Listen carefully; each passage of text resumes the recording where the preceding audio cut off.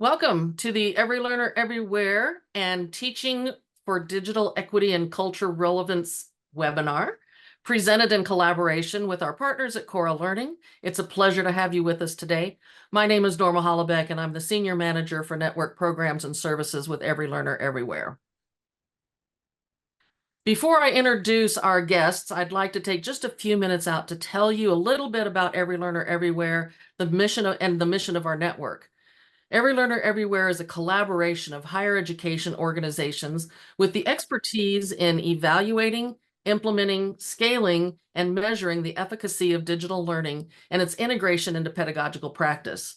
Every Learner Everywhere is sponsored by the Gates Foundation, and here at Every Learner, we work with colleges and universities to build capacity among faculty and instructional support staff to improve student outcomes with digital learning.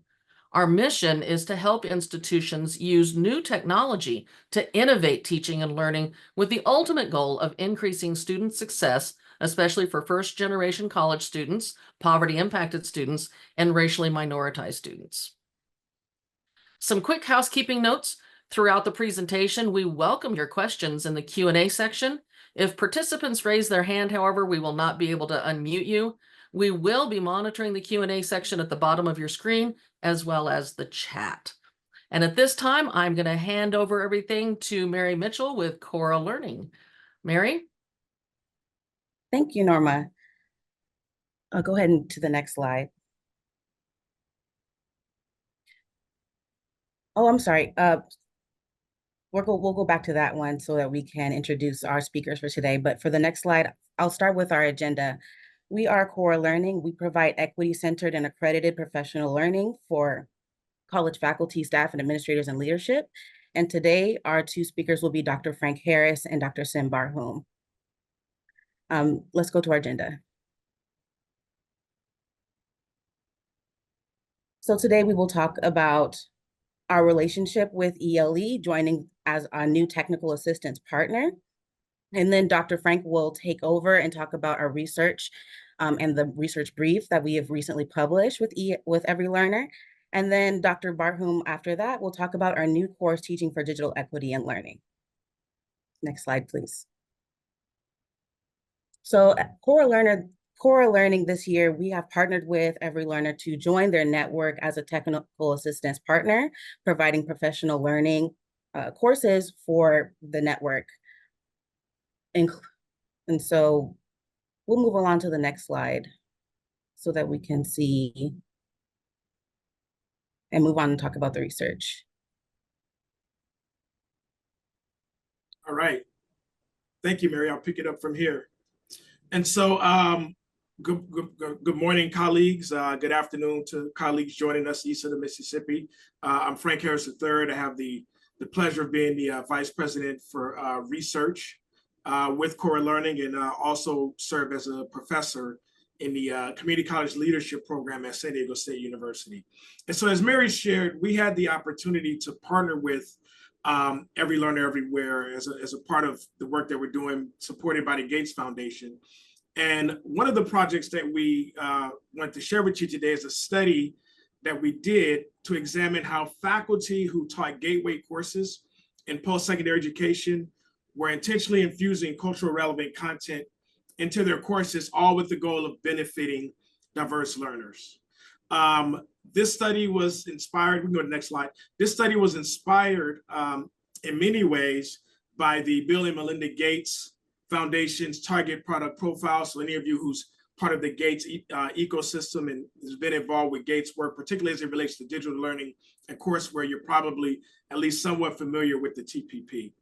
And in the TPP, it was reported that while we have a pretty good understanding of how culturally relevant content impacts diverse learners in the K-12 context, we don't have the same level of understanding, right, empirical and inquiry-driven understanding of the impact on diverse learners in post-secondary education.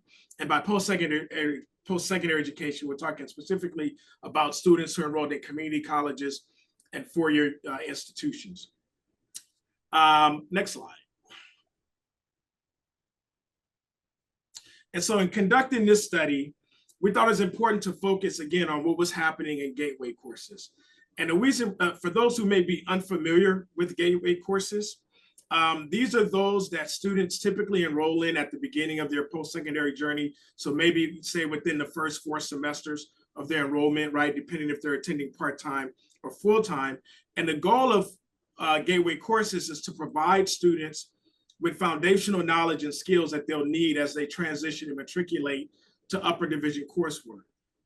At the same time, we also know and recognize and understand that more often than not, gateway courses usually become barriers to persistence and success, particularly for diverse learners, right? Diverse learners, and these courses have traditionally yielded high rates of grades of D, F, and W. And so presented here in the slide are the top 20 gateway courses with the highest student enrollments in post-secondary education. And I should also note that within the context of this study, we really did utilize the Gates Foundation's definition of diverse learners, which are Black, Indigenous, Latinx, and poverty impacted students. Of course, we know that these students are also the students that tend to be the most underserved and are often disproportionately impacted within post-secondary education. Next slide. Some of you may also recall that our colleagues at Every Learner Everywhere also identified 6 evidence-based teaching practices for student success. And those practices are transparency, formative practice, active learning, data analytics, metacognition, and sense of belonging. And this latter one, sense of belonging, was also an area of focus for our study as well. So, you know, part of what we wanted to know is not only how we're faculty who teach gateway courses, how are they intentionally infusing culturally relevant content, not only for the benefit and success of diverse learners, but also to create, you know, safe, welcoming, and belonging environments for diverse learners. Next slide. And so we decided to take a survey research approach to conduct this study. And the survey that we developed was grounded. First, we began by looking at the published literature and research on culturally relevant teaching and learning and equity-centered pedagogy. And as I stated earlier in describing the purpose of this study, there was a lot of published insights and research on the impact of culturally relevant content for diverse learners in the K-12 context, not so much when it came to post-secondary education. So in some ways, we had to, sort of fill in some gaps there. We also did a lot of work and relied on some previously identified surveys that was developed by our colleagues at CCEAL, the Community College Equity Assessment Lab at San Diego State, which was also a partner in this study. And you see 3 of the tools presented there. And then once we felt like we had a survey tool that we felt good about, we validated it with 6 faculty subject matter experts. So these were faculty who are teaching in post-secondary education, had some experience teaching gateway courses, had some demonstrated success in being able to work with and support diverse learners. And we asked them, can you review it? Are the constructs that we're measuring, do they make sense? Are we measuring them in the right way? Are there things that we're missing? And we got really good, insightful feedback from those colleagues. And that really helped us to fine-tune the survey. And ultimately, we landed on the 22-item survey instrument. And part of what we're going to do for you today is kind of share the results of that. Next slide. We also had to come up with a good sound strategy for identifying survey respondents. And so in doing so, to identify the participants, we sent an invitation, right? Once we went through the IRB approval process at San Diego State, where our partners at CCEAL was affiliated there. Once we got approval there, we sent the invitation to a listserv of approximately just over 3,000 educators, again, those who had some recognized expertise in equity-centered teaching and learning in post-secondary education. Now, these weren't all faculty, right? So these were colleagues who were working in post-secondary education in a range of contexts and roles. And then from there, we received just over 500 responses, right? Which was about a 17% response rate, which is, not that bad for an online survey. It's actually, probably about average for an online survey. And then again, right, our focus in this study was really understanding what was happening in gateway courses, because we recognize and understand that if we can get a sense of what was happening in gateway courses, right, then that's going to, give us some momentum and give us some insight. And if we can identify tools and resources and strategies to get diverse learners through gateway courses, then their likelihood of success beyond those courses was much greater. And so ultimately, we landed on a final sample of 261 respondents. Again, and these were all colleagues who were working, part-time and full-time faculty who taught gateway courses. Next slide. The next slide gives you a little bit of a snapshot of the demographics of the colleagues that ultimately participated. This was, again, the final 261 colleagues that comprised the final sample of the study. You'll see with regard to, racial identity, the slightly less than half of the participants identified as white. We had, almost 2/3 were women. And in terms of course modality, which we thought was very important, it's actually going to come up in one of the significant findings that we'll present shortly. Just over half of the colleagues were reporting on courses that they taught in person. Just under 1/3 were teaching online in either synchronous courses or asynchronous courses. And about 16.5% were teaching hybrid courses, right? Which, of course, is some variation of in-person and online engagement. Next slide. Okay, and on the survey, we asked the participants to tell us how often did they intentionally use these 7 culturally relevant teaching and learning practices, which we identified again from the published literature and research on the topic. You see the 7 there, right? So we asked them, when designing and teaching my course, how often do I purposefully use instructional practices that positively reflect the identity of diverse learners, that help to expose students to the historical contributions of diverse learners to the field that they were studying, as well as the contemporary contributions of diverse learners. We also want to know to what degree were they using instructional practices that help to make the content that they were teaching relevant to the lives and experiences, or the lived experiences, we should say, of diverse learners. Did they give diverse learners the opportunity to engage a range of cultural viewpoints and perspectives, but perspectives that help to center the voices of diverse learners on particular topics and issues? Collaborative learning opportunities, we want to get a sense of how often they were engaging that strategy, and then to what degree were they engaging and using experiential learning as ways to particularly engage issues that, again, were impacting diverse communities.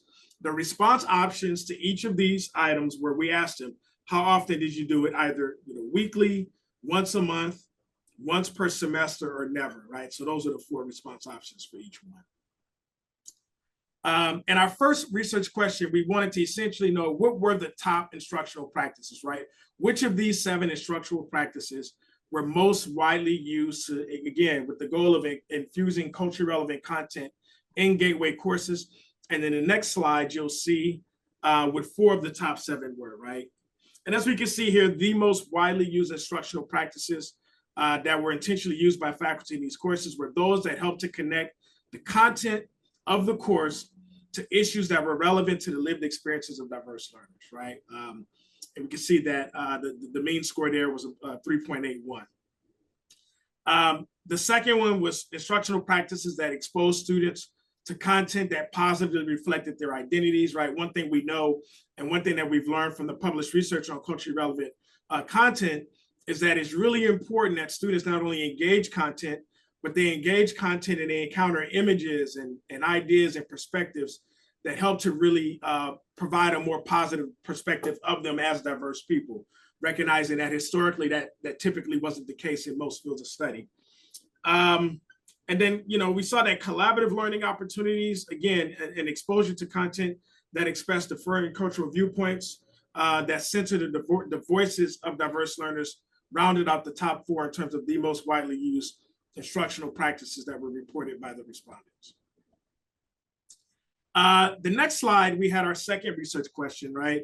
Again, it was important for us to not only know what instructional practices were being used in these gateway courses, but also to what degree did the faculty who were using them believe that those practices would have a positive impact on student success. Now, to keep things simple, we define success as earning a passing grade in the course. And I can tell you, we had a lot of conversation about this within our research team about, to what degree do we want to include other elements and other dimensions and aspects of success, which we know are important to do. But with regard to, recognizing that we're conducting and collecting data by way of a survey, and wanting to make sure that we had good, consistent, valid data, reliable data across the participants, we just, really said it. Success in this course was defined as being able to earn a passing grade in the course.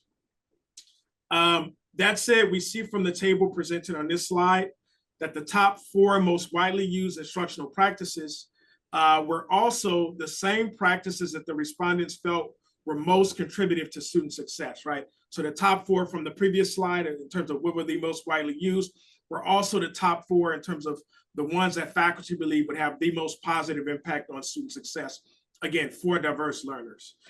Makes a lot of sense, right? The idea there that faculty are using instructional practices that they believe will have a positive impact on student success. No big surprise there, right? Next slide. And our third research question, we wanted to know, well, what culturally relevant practices were least used by faculty in those courses, who are teaching gateway courses? And then we also want to know why is that, right? Which we'll address in the next slide. But as we can see, instructional practices that provided students opportunities to engage in experiential learning, right? And for those who may not be familiar with what experiential learning is, it's essentially learning that oftentimes takes place outside of the context of the actual, course. And it requires students to participate in the learning process by way of direct experience and reflection, right? So it's getting students out and being able to experience the things that they were learning about. We also know from our work at CORA and our colleagues at CCEAL that experiential learning is actually identified by learning experts as one of the most impactful learning strategies. And it is especially impactful for diverse learners. And so that was, keep that context in mind. That said, we also see that experiential learning was reported as the least used instructional practices by faculty teaching in gateway courses. And then we also see that instructional practices that honor both the contemporary and the historical contributions of diverse learners to the field that they're studying those were sort of round out our top 3 in terms of those that were least used. Now, in the next slide, we're going to find out why, right? Because it's not enough to know which ones are not being used. We also thought it would be important to know, well, why aren't they being used? Now, admittedly, when we were designing the study, we thought that the political climate would be at the top of this list in terms of why faculty were not intentionally using culturally relevant instructional practices. But as you can see, we were wrong to think that, right? Instead, the top 2 reasons for why an instructional practice was not being used is because the faculty don't have the time to incorporate it, or they don't have the resources or expertise to do so, which makes a lot of sense when we think about the finding of the previous slide, right? With experiential learning, even though it tends to be a high impact learning strategy, it also requires a lot of time and resources to incorporate it in a course. So this made a lot of sense from our perspective. The next one, we got into course materials, right? So we wanted to get a sense of, how were faculty choosing course materials? And by course materials, we're talking about, readings and videos and text, anything that they were bringing in to into the environment that they wanted students to use and engage and consume in order to facilitate instruction. To what degree were they intentionally choosing course materials that also, again, were culturally relevant? And then, as you can see here, materials that help to connect the content that they were teaching to the lived experiences of diverse learners were reportedly most widely used by faculty in our gateway courses, right? So they were choosing books and readings and videos and other visuals that they felt would help facilitate the students making connections to what they were learning to their own lived experiences. In the next slide, we start, actually the next couple slides, we start to kind of highlight some other key findings. So there's a lot, I will say there's a lot in this report. And so we're giving you a snapshot, all with the hope and expectation that folks would go and read it. But we also thought it'd be important to highlight a few other things. We were able to disaggregate this data by discipline, which allowed us to do a deeper dive into the instructional practices that were used by faculty in fields like math and English. And of course, math and English, those, right, it all goes without saying, right? Regardless of, where you're at in terms of, post-secondary education, regardless of your major, more often than not, you're going to have to complete some math and some English, right, as a college student. And so what was interesting here is that collaborative learning was actually the most widely used practice by faculty who are teaching math and statistics, right? So the idea that they were getting students to do things like jigsaw, think, pair, share, that they were creating opportunities for students to work collaboratively, all with the goal of facilitating learning and success for diverse learners. Now, recall when we looked at the data in the aggregate, this is actually one of the least used widely instructional practices. But when we disaggregate and just hone in on math, it rises to the top as one of the most widely used. For English, the top two strategies actually mirrored what we saw for the overall sample, right? That being practices that expose students to content that is relevant to their lived experiences, and practices that expose students to content that positively reflected their identities. So a lot of alignment there. Next slide. We also did some comparison of part-time and full-time faculty and found that the only statistically significant finding of those 7 practices was this one, that being that part-time faculty use collaborative learning less often than their full-time faculty colleagues. Again, right, makes a lot of sense when we think about how labor intensive it can be to incorporate collaborative learning in a way that actually facilitates learning. And we know that our part-time colleagues are often some of the best faculty, but they tend to be the least supported in terms of what their institutions provide them, right? In terms of resources and support. So this made a lot of sense to us there. Now, the next slide is where things get really interesting. We did a comparison of again, those 7 instructional strategies, right, to infuse culturally relevant content, and they're used by faculty teaching in-person, online synchronous courses, online asynchronous courses, and hybrid courses. Of the 7, there were 4 statistically significant differences between faculty who taught online and in person. With our online colleagues, whether they be teaching online synchronously or online asynchronously, they actually use these 4 practices on a weekly basis more often than their colleagues who taught in person in gateway courses. One thing about survey research, it tells us a lot of what, doesn't really tell us why, right? But this was, and again, right, it was almost without exception, right, that the in-person instruction was actually, faculty teaching in person were actually, among the least likely of the 4 different modalities to actually intentionally use these practices. So again, not sure why, but we thought that was a very curious finding worth sharing. Last slide here before we turn it over to Dr. Barhoum. There's some good insights here, right? We know, again, faculty tend to prioritize strategies that they believe will have the most positive impact on student success. And then again, we know that the lack of capacity and the lack of expertise tends to be one of the biggest barriers when faculty say that they don't use a particular practice, right? So that makes a lot of sense in terms of why faculty might not utilize practices. We also know that there's some questions, right? We like to say that all good research in many ways raises as many questions as it answers. And so, we need some additional insight on, why do we see this difference, these statistically significant differences between those who are teaching online and those who are teaching in person on those 4 instructional practices. We also know that we need to engage in some qualitative work. It would be good to do some interviews with faculty. Some interviews that also included, hey, turn in your syllabus, let's look at your syllabus, and let's have a conversation about the things that you're intentionally doing. Classroom observations, being able to kind of observe faculty who are utilizing practices and be able to glean some learning from that will be good.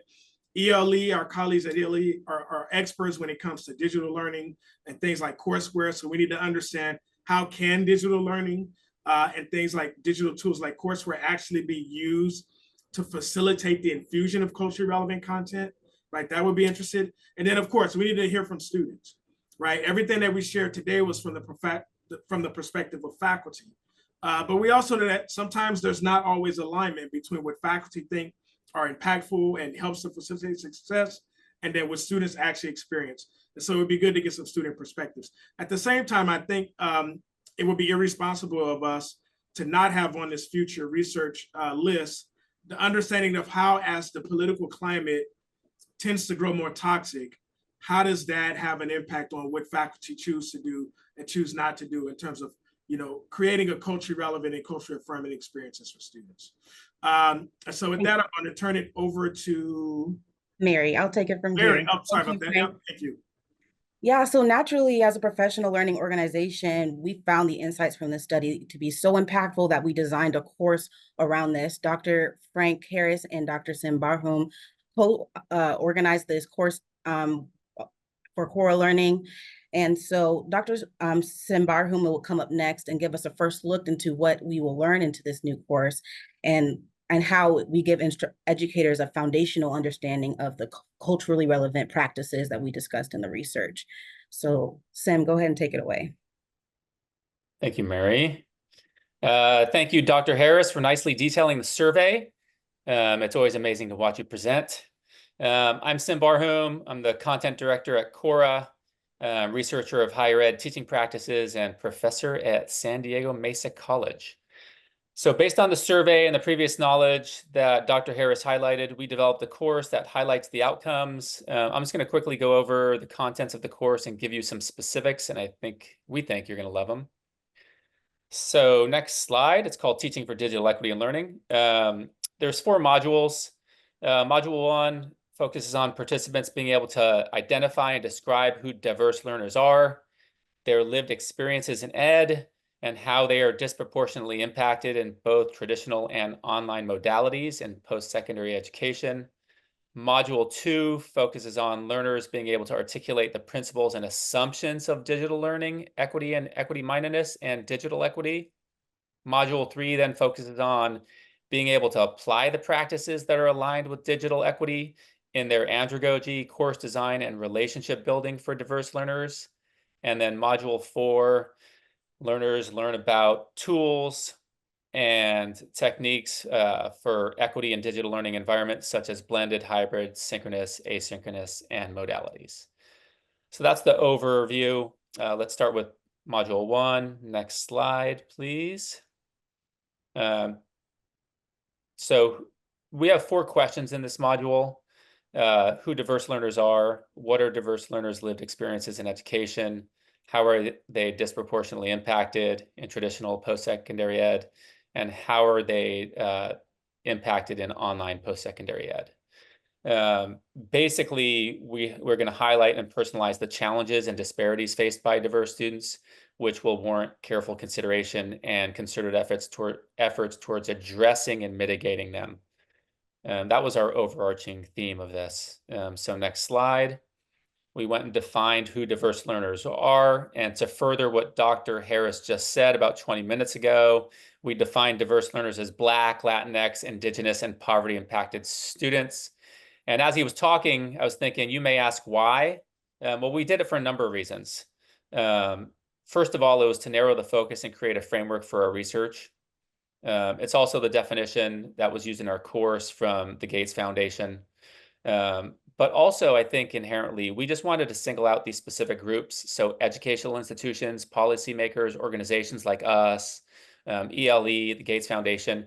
We want to draw attention to historically marginalized populations that have experienced systemic challenges in accessing quality education. And that's the biggest thing. How do we help them? Next slide, please. One of the aspects we discuss in Module 1 is how diverse students do overwhelmingly worse than their counterparts on college campuses. This is shown by a significant amount of data, which we went back to. That's why we defined what these diverse learners were.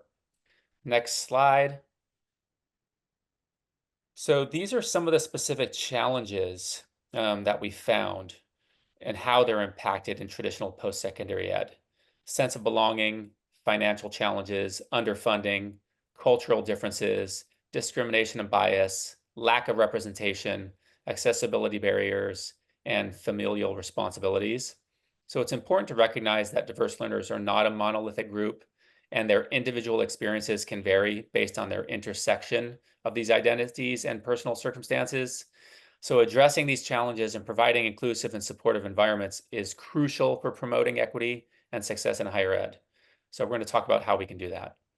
All right, next slide. So there are 4 main areas where students' challenges are in online ed. the digital divide, lack of support services, isolation and disconnection, and technology proficiency. Again, I'd like to add that diverse learners are not alone in the struggles in the context of online ed. Many students struggle similarly, and addressing these concerns don't just benefit diverse learners. Quite frankly, all learners will benefit from this research. And next slide. The concluding part of Module 1 ends with this interesting note that I thought was really cool from our survey. The data showed a divergence in one specific area. Faculty who taught fully online asynchronous and hybrid courses more frequently infused culturally relevant content than faculty who taught in person and online synchronous courses.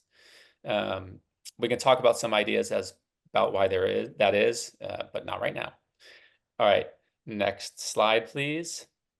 All right, so that was Module 1. Let's look at Module 2. There's 4 parts to this. What is digital learning? What are equity and equity-mindedness? What is adult learning theory? And what is digital equity?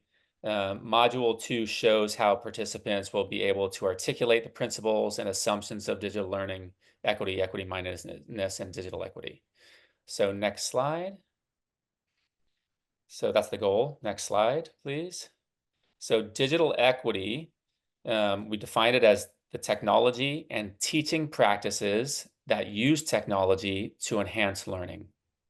Next slide. This includes a broad range of content and communication tools, curricular models, design strategies, and services that personalize instruction for students in blended and online learning environments.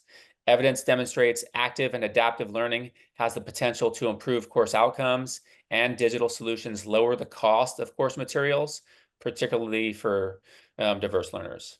Next slide. So through digital learning, faculty can adapt instruction to students' needs and capabilities. I think that's one of the bigger things. You also promote active and collaborative learning. You more easily support learners with timely feedback, and you improve academic outcomes. So all of those things happen with digital learning. Next slide. Digital learning expands opportunities for blended and online learning based on the people, processes, and technologies supporting students. So Module 2 also discusses, next slide, equity and digital equity. And you'll have to take the course to find out what those mean. We can't give everything away. So Module 3 then goes into the specifics of what we just talked about with Module 2. It's structured into 4 key sections to enhance your understanding and application of digital equity in your teaching practice. Section 1's about andragogy. In this section, we focus on the principles of adult learning and how they intersect with digital tools and platforms. Participants learn how to adapt their teaching methods to meet the needs of adult learners in a technologically equity challenging and evolving educational environment. Section 2 is about the diverse learner framework. We explore a framework that encompasses the variety of backgrounds and experiences that students bring to the classroom. This section aims to deepen the participants' understanding of how these differences can influence digital learning experiences and outcomes. Section 3 is about course design practices. We jump into the inclusive course design that supports digital equity. Participants gain practical tools and strategies to create courses that not only use technology thoughtfully, but also ensure that all students feel valued and empowered. And then Section 4 is about building and maintaining relationships with diverse learners. That section addresses the importance of relationship building and fostering an inclusive learning environment, and techniques for effective communication and engagement with students from diverse backgrounds are covered, enhancing our ability as educators to support every learner effectively. So next slide, please. So this diagram illustrates our diverse learner framework, which was constructed based on comprehensive research I just discussed. So we conducted our own comprehensive study targeting diverse colleges nationwide, and we specifically focused on the most effective professors. And this is, started in 2014 and 15 with Dr. Harris and Dr. Wood, and it's morphed till now. Basically, I'll go through these domains really quickly and not get too in-depth into the research.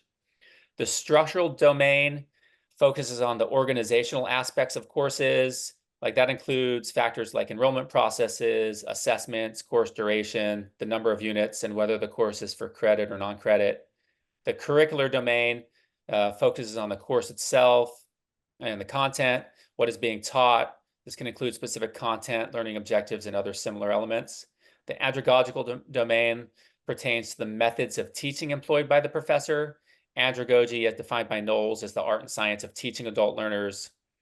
This encompasses the educator's philosophy and beliefs, how they design assignments, their approach to guiding discussions or delivering lectures, and their overall teaching proficiency.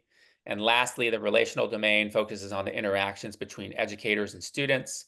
This domain emphasizes the importance of fostering trust, encouragement, sense of belonging, genuine care, and building meaningful relationships. Next slide, please. So just really quickly, we present this framework here so you can see that each domain has a list of techniques that are validated to work. And like I said, this is about 8 years in the running, and it came from independent research that we went out and found across the nation. And then we started using our own research to validate this. These are the specific techniques that educators can use. But to keep it simple, the module curates the most promising techniques for digital equity. So next slide. So these are the 8 curated techniques that we can work on for digital equity. I also bring up a bonus technique, which is the reason I bring it up is because it's my personal favorite and helps educators save a great deal of time. So just quickly through these 8, in discussing effective strategies to enhance our teaching approaches, we begin with the overall course design, which serves as a foundation for creating an inclusive and accessible learning environment. Moving on, we incorporate the concept of a liquid syllabus to humanize the course, making it more adaptable and welcoming for students. Next, we focus on resources, ensuring they're open access to provide all students with the tools they need without barriers. And this seamlessly connects to equity grading, where we reevaluate our grading systems to support fairness and inclusivity. Following that, the practice of feed forward, which offers constructive guidance for assignments, preparing students for success rather than merely critiquing their past work, which we always call feedback.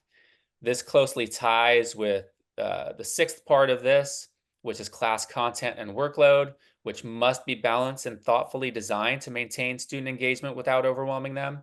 A particularly noteworthy part of that is faculty are always jamming stuff into their course without like actually detailing how much time it's going to take students to go through it. We actually follow ed code, so that's a particularly interesting section.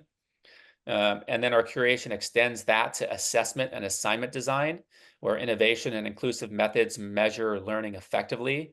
Alongside that is the option to redo work or revisions, which empowers students to learn from feed forward and improve their understanding of skills through the iterative process. And then as the bonus practice, we introduce efficiency, also known as text replacement, to streamline communication and enhance productivity, rounding out the curated strategies. So all of these are meant to foster a more equitable and effective learning environment. So next slide, please.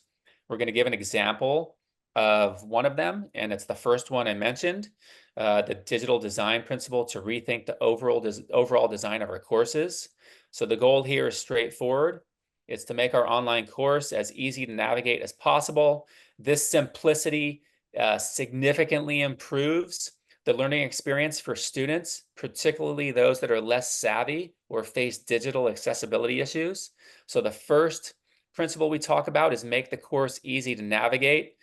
And just when we were at the Gates Foundation gathering a month or so ago, this is the one I just was like, okay, need to make this more easy to navigate, So courseware designers need to think about these principles, especially this first one. You want to start by ensuring that your course is easy to get through. This means having a well-organized structure where students can find what they need without confusion. Clear labels, logical module organization, and a consistent layout across pages will help students focus more on learning and less on figuring out where things are. Second is having a clean landing page. The home page of our course sets the tone for the entire learning experience. Uncluttered landing pages with only essential information front and center, welcoming students, reduces anxiety. Include only the most critical links and information to present overwhelm. Third is to minimize clicks. Adhere to the principle that the fewer the clicks, the better. Every additional click needs to find information or complete the tasks that can be a barrier to learning. Streamline your design so that students can access materials, assignments, and discussions with minimal effort. And then my personal favorite is KISS, keep it simple, silly. This age-old design principle is vital in educational settings. Avoid overcomplicating our courses with unnecessary graphics, text, multimedia. Simple designs are not only aesthetically pleasing, but also easier to follow and interact with. Next slide, please. So that was an overview of that. That was section 1. Here's section 4. We look at building and maintaining relationships with diverse learners. And I'll just highlight one of these principles that we discuss in the course. Next slide. It's called the EAN protocol. It's escalate as needed, and it's structured on an approach on how and when to contact students. So when an assignment is due, and if a student does it, you're good. But if a student doesn't turn it in by the due date, look at the graphic at the bottom. We use the EAN protocol, so you escalate as needed. So from the first day an assignment is due, from the first day of classes, you can do this in Canvas or anywhere else, you check when it's due, and if students haven't done it, you contact them. Either that night after it was due, or that day after it was due, or the next morning by 8 a.m. If they turn it in, if they comment back to you, like you send them a Canvas message, and go to the next slide, this is what you can say. Hey class, or hey there, the class started and I haven't seen any participation yet from you. The first assignment was due last night by 10 p.m. Our grading policy is flexible. Go read it for more info, and I want to make sure you succeed and don't get too far behind. Maybe you have had difficulty logging in or figuring out Canvas, or work or life is a bit hectic. Whatever it is, I can help. I'm here for you. We can Zoom. You can respond here or text call me on my cell at da-da-da. Some people aren't comfortable with that. Give them a different number. I'm available for you. What can I do to help? Sim. So that's the message you send them. If they do not even log into the class or do that assignment. So then you go to the next slide. You go about your day. Hopefully the student responds, and they usually do. If the student does not respond, then by Wednesday morning, the next day, you escalate and you send a similar message to their email, not just through the LMS. And the same process continues. If they respond, great. Respond back to them and see how it goes. And then if they do not respond, then you escalate. You escalate to a text message, and then you call them by Friday. And you do this from the beginning of the semester with each assignment. It only takes 5 to 10 minutes a day, but it's less about checking up on them and more about checking to make sure that you're building a relationship with them. And the amazing thing about this is in the future, very soon, hopefully, AI should be able to assist in much of this for us. So without giving too much away, let's quickly go to Module 4, next slide. The overview is, what is courseware, key research insights on courseware, courseware and equity, and choosing courseware. Next slide. There's many different kind of courseware out there. I don't need to go through all of these. Everyone, you can do research on your own, but these are the ones that are the most prominent, especially in the Gates ecosystem. Next slide. I know Real Chem isn't on there, but we'll get it. With regard to the research insights on courseware, it is important for us to acknowledge some of the challenges that faculty have reported. One of the most significant challenges with using courseware is there are still significant gaps in students' access to the tech that's required to use it. We have that in the study. We're also relying on faculty to teach these courses, especially gateway courses. These colleagues receive the least amount of support from their institutions, and they're the least likely to have access to professional development. Another challenge is that equity and accessibility are often lacking or completely absent in courseware, and that's what we're working on personally. And then here's what this is talking about. Faculty report that the challenge with customizing it is a big barrier to making it work well for specific courses. Because courseware is designed to be used in many institutions and course sections, standardization rather than customization tends to be a priority for developers. So obviously there's more to it. And there's more to the course that we designed in reporting our survey and the results. We just wanted to give you some highlights and a few tidbits about what the most recent research is telling us. So with that, I turn you back over to Mary. Thank you so much, Sim. We are so excited to launch this along with a bunch of other courses related to equity in higher education. You can scan the QR code on the screen or click the link in the chat to visit our website to learn more about how you can partner with CORA and ELLing to bring equity-focused and accredited professional learning to your campus. We are accredited through ISET and provide CEUs for our courses that meet their standard. So while I give you a moment to learn more about us and fill out our information on that screen, there's a form you can fill out to contact us and learn more. So just so you remember, CORA provides professional learning courses and equity coaching to education institutions and colleges, universities, looking to improve learning outcomes for diverse learners in higher education. As Sim and Frank mentioned, we specially focus on Black, Latinx, and poverty-impacted college students. And we do that through giving educators the tools that they need to facilitate equitable learning in the classroom. We have three main target groups that we serve: colleges and institutions, who are institutional partners. There's a form to fill out if you are representative of a college institution. We would love to work with you to talk about how we can bring those courses to your campus.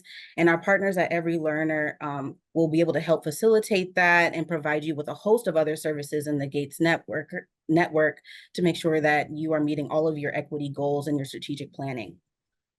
Thank you so much. And now we will open up the floor for a Q&A session. And we do have one question already. The first question is, faculty state that lack of time and access to expertise are barriers to them adding culturally relevant content to their courses. So how can we mitigate those barriers for faculty? Those barriers of expertise and capacity. And Frank or Sim can answer that. Yeah, so maybe I'll give it a start, and then you can add whatever I'm sure I'm going to miss. So we've thought about this and we've talked about this. So we know, particularly for our colleagues who are teaching part-time, right, which kind of tends to become the majority of faculty who are teaching gateway courses. And then we also recognize that the students who are in gateway courses, they probably need the most in terms of innovative pedagogy and support and so on. And so we really do think institutions have a responsibility to provide and help to close the gap in expertise, right? And even the gap in capacity within these courses. So we talked about, for example, so Sim is an English professor at his institution. And so it would make sense, for example, for his institution to provide, some buyout and allow Sim to be able to work with faculty, right? Almost in sort of a coaching type of relationships, right? To where they can say, hey, you don't have the time and expertise to do this. I've been doing this a long time. I have some, proven strategies and insights. Let me work with you. Let me help you incorporate them into your course. Not in a cut and paste kind of just copy what I do kind of way, but tell me, what are the priorities for you and how you engage your students? What are the things you want them to walk away with, right? What do you want them to learn? How do you want them to experience the course? Okay, in light of those things, here's some things that I think might be useful and helpful. Here's some course materials, right? Here's some books. Here's some instructional strategies, right? That might be a way that I think where institutions can kind of in some ways close the gap. And again, my focus is, really thinking about our part-time colleagues, because of what we've learned from this work, but also from what we experienced as well. Sim, anything to add there?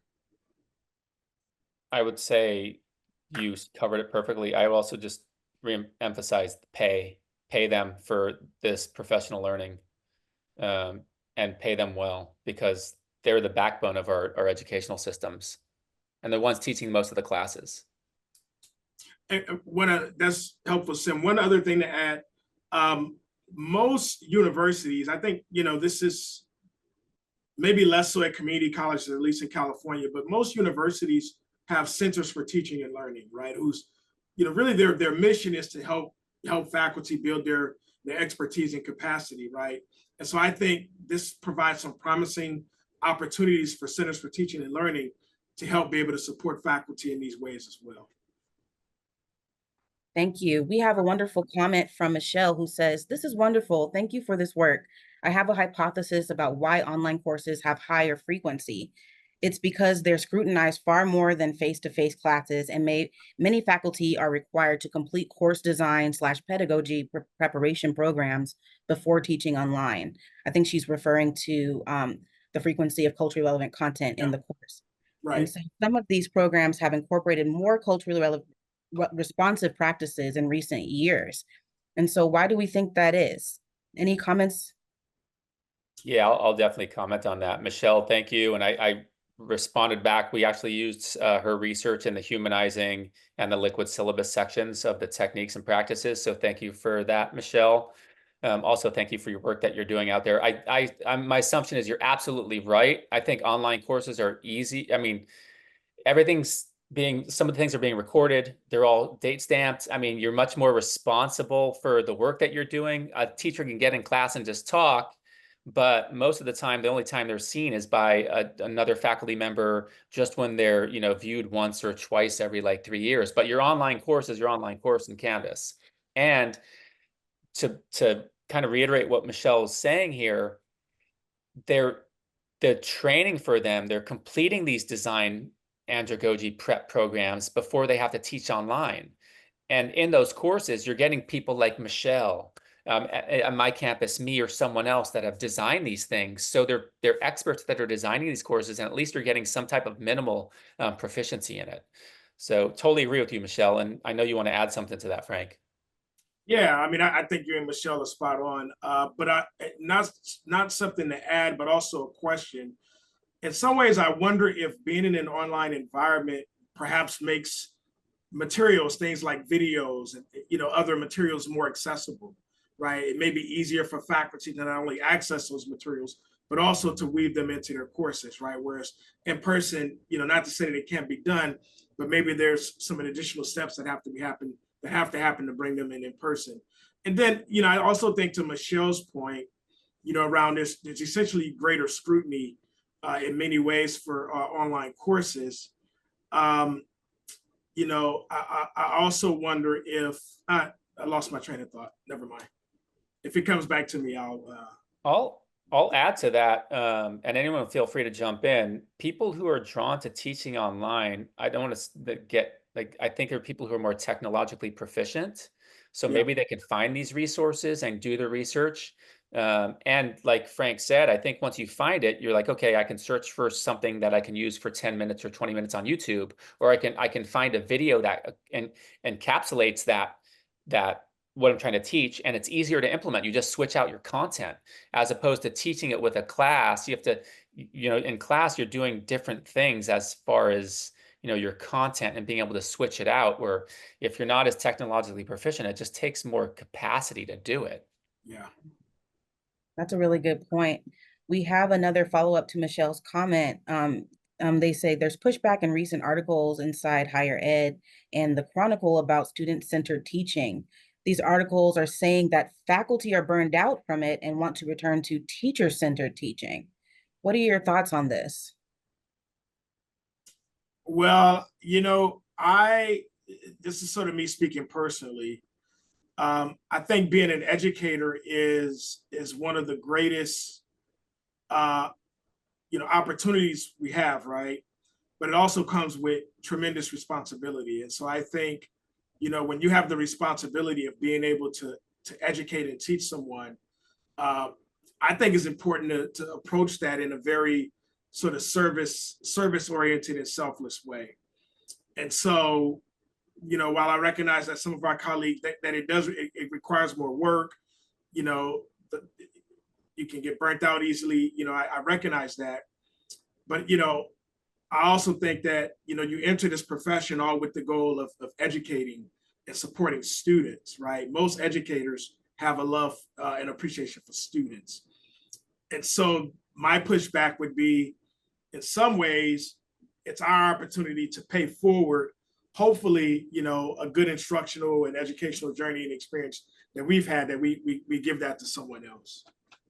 And I would add to that, that's exactly why CORA does what we do. Like, we've centered teachers by giving them the tools that they need to succeed, because we understand that every teacher may be a subject matter expert at what they teach, but they may not be a subject matter expert in equity, right? Or those principles and practices. And so that's why we provide professional learning courses that equip you to do that, because we understand that in order for students to thrive, teachers also have to thrive. So it's not that teachers are not important, but it definitely is a balance between making sure that the students are the priority and that teachers are also a priority in that support.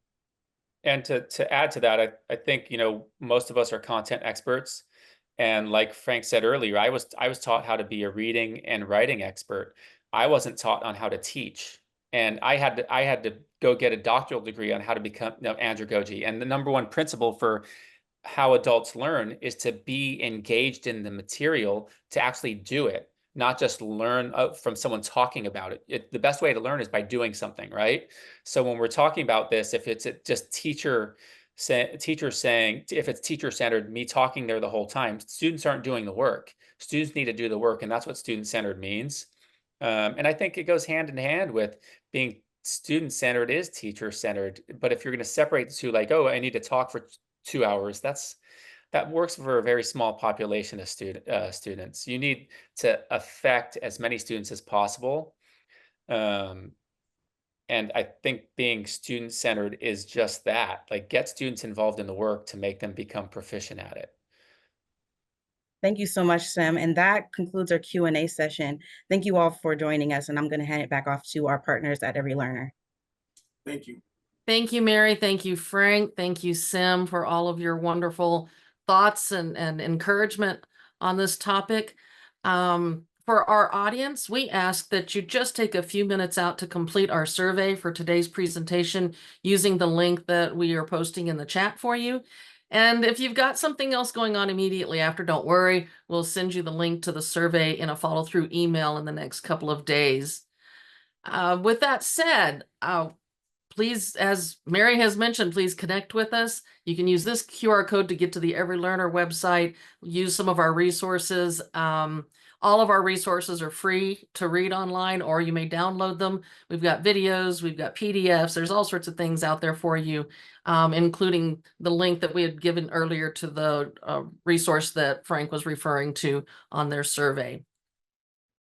So, we would like to thank you for attending today's webinar. We look forward to seeing you at future Every Learner Everywhere events. Have a wonderful day, and thank you very much.